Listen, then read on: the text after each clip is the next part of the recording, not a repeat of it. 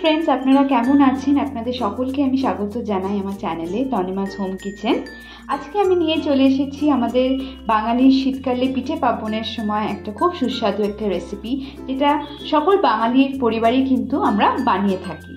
আজকে আমি বানাবো পাটিসাপটা, কিন্তু পাটিসাপটার ভেতরে আমি নারকেলের ব্যবহার করব না পুর হিসেবে, আমি তার মধ্যে ব্যবহার করে নেব সন্দেশ এবং সেটাকে আমি গুড়ের সাথে সুন্দর করে পাক করে একটা ক্ষীর বানিয়ে নেব, সেটাই আমি পুর হিসাবে এখানে ব্যবহার করব। তাহলে চলুন দেখে নিই কিভাবে আমি আজকে পাটিসাপটাটা বানাবো। তাহলে চলুন দেখে নিই মাখা সন্দেশের পুর দিয়ে পাটিসাপটা বানাতে গেলে কী কী উপকরণের প্রয়োজন আছে। এখানে আমি 1 কাপ মতন নিয়ে নিয়েছি ময়দা, 1/2 লিটার দুধ নেওয়া হয়েছে, 1 কাপ মতো নিয়ে নিয়েছি চালের গুঁড়ি। যতটা পরিমাণের আপনারা ময়দা ব্যবহার করবেন ততটা পরিমাণেরই কিন্তু আপনারা চাল গুঁড়িটাও ব্যবহার করবেন। আর যেহেতু আমি এখানে আজকে মাখা সন্দেশের পুরটা করব, তার জন্য আমি এখানে 1/2 বাটি মতো মাখা সন্দেশ নিয়ে নিয়েছি, আর একটু ড্রাই ফ্রুট কেটে নিয়েছি এখানে, এটা আলমন্ড আছে আর কিশমিশ, আর এখানে আমি খেজুর গুড় নিয়ে নিয়েছি। প্রথমে আমি আমার এখানে চাল গুঁড়িটাকে নিয়ে নিচ্ছি। এখানে আমি 1 কাপ মতো চাল গুঁড়ি ব্যবহার করে নিচ্ছি। তার মধ্যে আমি মিশিয়ে নেব 1 কাপ আমার ময়দা, একটু মিক্স করে নিলাম। এবার আমি যতটা আমার পরিমাণ দরকার আছে দুধটাকে অল্প অল্প করে ঢেলে ঢেলে আমি মিক্স করতে থাকবো।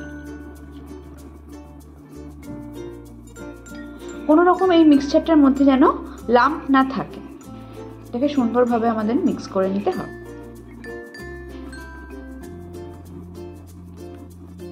আমার আরেকটু দুধের প্রয়োজন আছে, এবার আমি আরেকটু মিক্স করে নেব।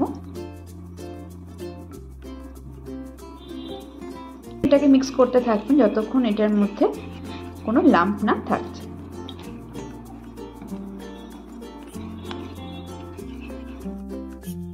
কনসিস্টেন্সিটা দেখুন আমি এরকম রাখবো, এর থেকে বেশি ঘনও হবে না, এর থেকে বেশি পাতলাও হবে না। প্রথমে আমি কড়াতে একটু দুধ নিয়ে নিচ্ছি, এরপর আমি আমার যে সন্দেশটা আছে সেটাকে নিয়ে নেব।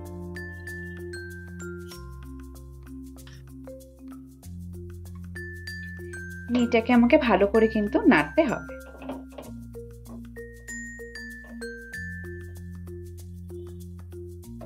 এর মধ্যে আমি একটু গুড় নিয়ে নেব প্রথমে।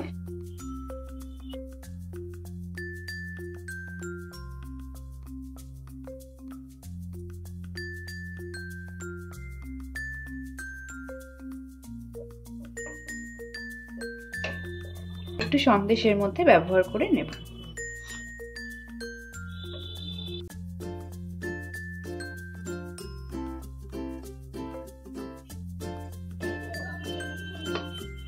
এটাকে একটু ঘন করে নেবো আমি ফুটিয়ে। পুরটা আমার বানানো হয়ে গেছে, দেখুন আমি কিন্তু এতটা মতন থিকনেস রেখেছি। এর মধ্যে খুব বেশি পাতলা হলে কিন্তু আমরা পাটিসাপটাটার মধ্যে দিতে পারবো না। প্রথমে আমি একটা জায়গায় একটু ঘি আর তেল মিক্স করে নিয়েছিলাম, সেটাকে আমি এই দেখুন এভাবে বেগুনের একটা অংশকে আমি শেষের দিকটা কেটে নিয়ে এটাকে আমি একটু ডিপ করে নেবো। এর মধ্যে করে আমি এটা তাওয়ার মধ্যে ভালো করে বুলিয়ে দেবো।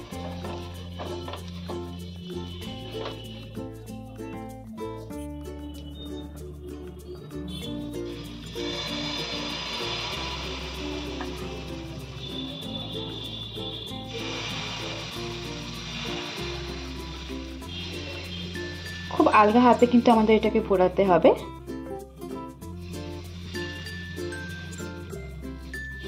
পাটিসাপটা কিন্তু খুব বেশি বড় হবে না,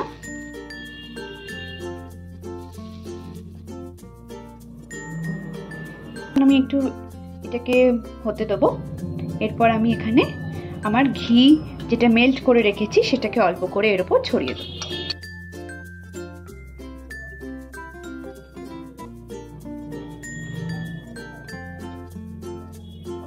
এবার আমি এটাকে উল্টো দিকে ঘুরিয়ে নেব।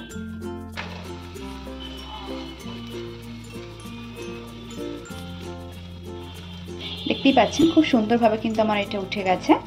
এটাকে উল্টে নেব।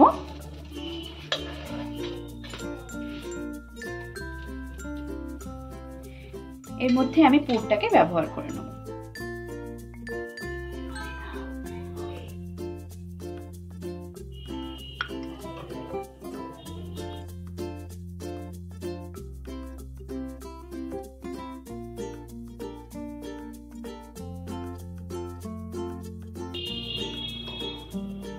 এবার আমি এটাকে একটা সাইডে একটু মুড়ে নেব।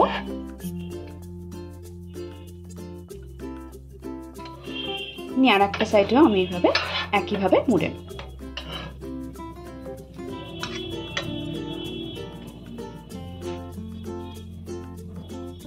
একটু প্রেস করে দেবো এটাকে।